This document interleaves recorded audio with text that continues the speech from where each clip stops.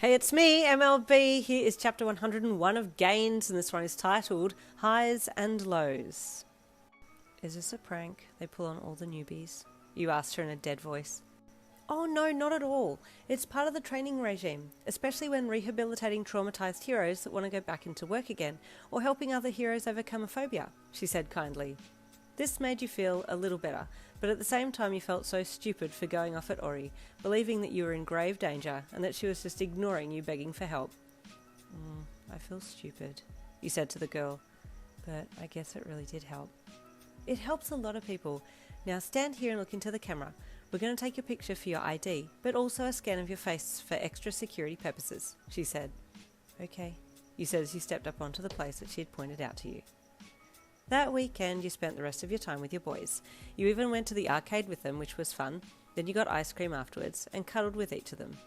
You did give them little kisses here and there, but didn't take the kisses too far, since you felt kinda awkward to be kissing Bakugou in front of Kiri and Kiri in front of Bakugou, but they both seemed to be okay with it, so you didn't worry too much. You had time to tell both of them about how things had gone at Quirked, and that you were going to look into a therapist to help you get over your mental hurdles. They were both very supportive. Well, Kiri was very vocal about his support. Bakugou wasn't as vocal, but he did want you to reach your potential, so he definitely backed your decision. On Monday morning you went to see Aizawa before class, so you could update him on how everything was going, and also to ask if he knew a good therapist that you could see. Sir, I do realise that it's my own self-doubts that are holding me back, you said to him, so I want to make myself better, as a person and as an upcoming hero. Would you know of any therapists I could see that would be able to help me? I do have a list of therapists here that are highly qualified, he said, turning to his computer and pulling up the list in his documents file. It's quite hard to get in and see them, but if you let me know which one you would like to see, then I'll write them a letter. They might be able to fit you in sooner. He printed the sheet off and then got up to retrieve it from the tray and brought it over to you. In the meantime, you'll be continuing at Quirked, yes? He asked. Yes, sir, I will be, and I'll be continuing here. I'm not putting anything on hold, he said proudly. Good, he grunted. I'll be revealing the intern results today in first class as well. They'll be happening in 3 weeks' time, so be prepared for that as well. Oh, yes, sir, I'm excited to see who has picked me, he said with bright eyes. I'll see you in first class. Yes, go now and get your things before class starts. If you're late, I'll cancel your internship, he said sternly. You nodded and jumped up. Yes, sir. Bye, sir, you said quickly, before speed walking out of the office. Jeez Louise, here I was starting to feel like I was developing a bit of a rapport with Aizawa-sensei, but he's brutal. With the fear of God being Aizawa, behind you, you were propelled forwards to your locker, you got your things, and then you hightailed it out of there to first class before you got clipped. Bakugou had just caught sight of you as you left the locker area, and basically chased you down the hall to Class 1A, but hadn't quite got to you as you got to your seat.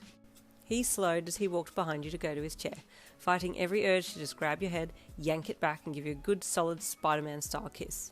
For some reason you just looked good today. Your eyes shone, your body language screamed excitement, and he sat there side-glancing at you as you chatted to Eureka. Every little move you made was detailed by him. He could tell something good had happened to you, or he thought it had anyway by the way you were glowing. Kiri came in then, and you looked back over your shoulder as he entered. Hey Kiri, you greeted brightly, and Bakugou watched the redhead give you a warm smile and a small touch to the arm as he passed you to sit in his seat. His eyes then glossed over the redhead, and he caught himself detailing the biceps on his fellow classmate before looking away. Just then Aizawa came in, and everyone found their seats and sat down. Intern results, Aizawa commented out loud. I'll be putting them up on the screen momentarily. If you have any questions, raise your hand and then come and see me.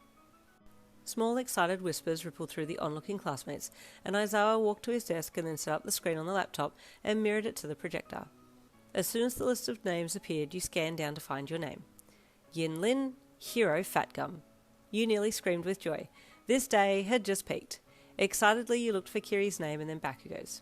Your face whipped towards Bakugou, who was already looking and smirking at you, and then you looked to Kiri as he turned excitedly in his seat to talk to you.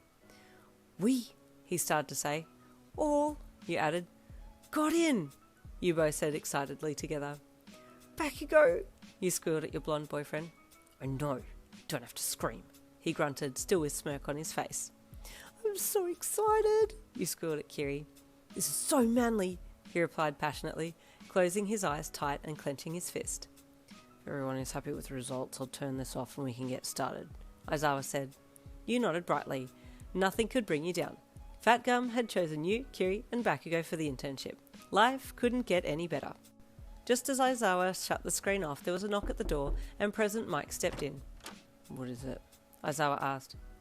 Your line has been ringing all morning in the office, President Mike said, pointing double fingers at the raven-haired teacher. So I picked it up. Is Yin Lin here today? Yes, sir, you asked, raising your hand. Come on down, contestant number 1. I only need a moment of your time, President Mike said. Curiously, you got up from your seat and headed to the front of the classroom to follow him out into the hall. Your dad rang, President Mike said. Your mum's been admitted to hospital. What? You asked with surprise, but also feeling a ball of dread gathering in your stomach. She's at the general hospital. I'll take you down there, he said, walking with you back to the staff room to get his keys.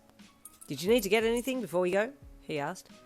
No, let's just go, you said numbly. Well, that was a plummet back to Earth. Chapter 102 will be tomorrow. I'll see you then.